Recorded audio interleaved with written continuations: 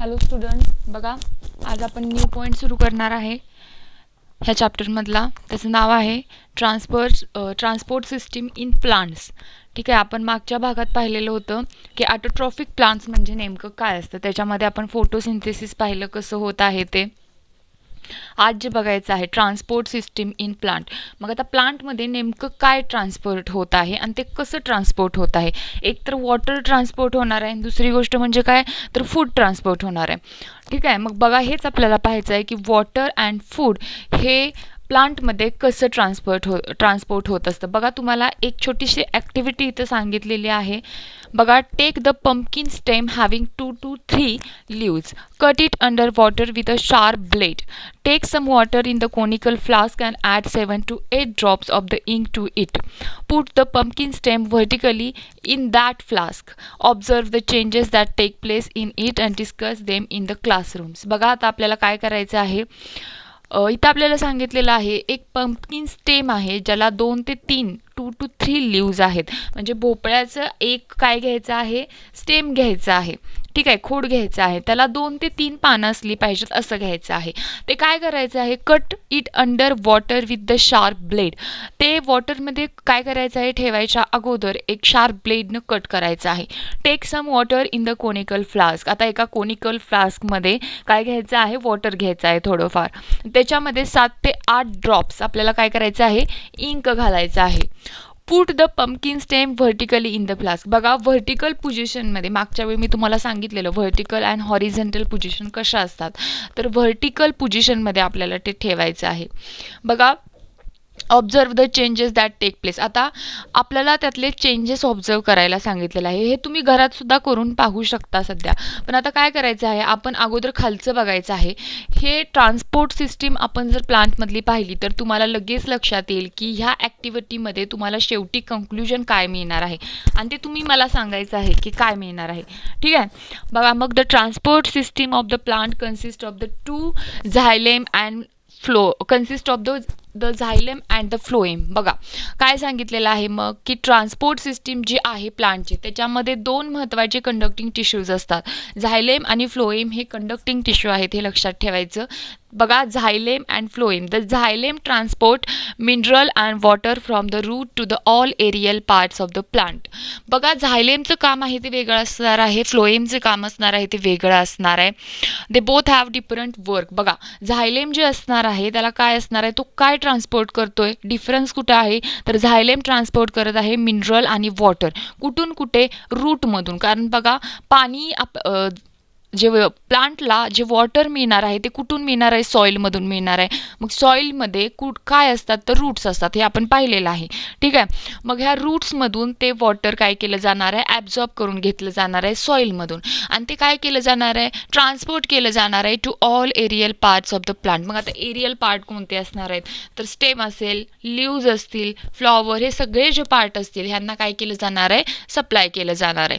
ठीक आहे, बघा मग आता हे झालं झायलेमचं काम. फ्लोएमचं काम काय आहे तर the phloem transport the food that is the glucose from the leaves to the another part of the plant where it is either consumed or stored.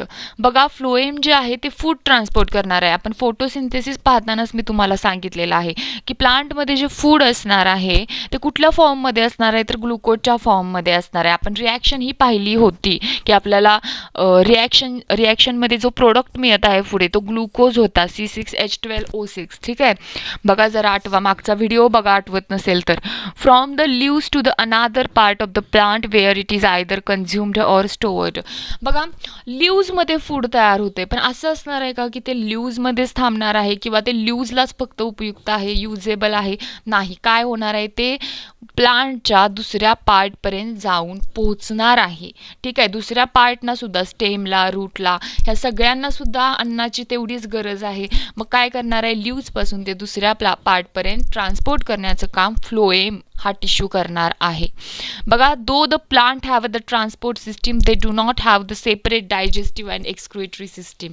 बघा, आता ह्या प्लांटला ट्रान्सपोर्ट सिस्टीम असते म्हणून दे डू नॉट हॅव, त्यांना separate अशी digestive आणि excretory system नसते. पचन संस्था आणि उत्सर्जन संस्था जी मानवामध्ये असते, ह्युमन बिंग्समध्ये असते, ती इथे कुठे वनस्पतींमध्ये आढळते का? नाही. मग बघा, डायजेस्टिव्ह आणि एक्सक्रिएटरी सिस्टीमच्या ऐवजी प्लांट्समध्ये कोणती सिस्टीम असते? Transport system. ट्रान्सपोर्ट सिस्टीममध्ये कोणते 2 टिश्यूज असतात? तर झायलेम अँड फ्लोएम. झायलेमचं काम काय असतं? तर मिनरल आणि वॉटर रूट्सपासून दुसऱ्या सगळ्या पार्ट्सपर्यंत, एरियल पार्ट्सपर्यंत पोहोचवणं. आणि फ्लोएमचं काम काय असतं? Transport of the food from the leaves, म्हणजे लिव्जमध्ये, पानामध्ये जे अन्न तयार होतं ते दुसऱ्या पार्टपर्यंत पोहोचवण्याचं काम हे कुणाचं असतं? फ्लोएमचं असतं. ठीक आहे, एवढंच आपल्याला इथे लक्षात ठेवायचं आहे.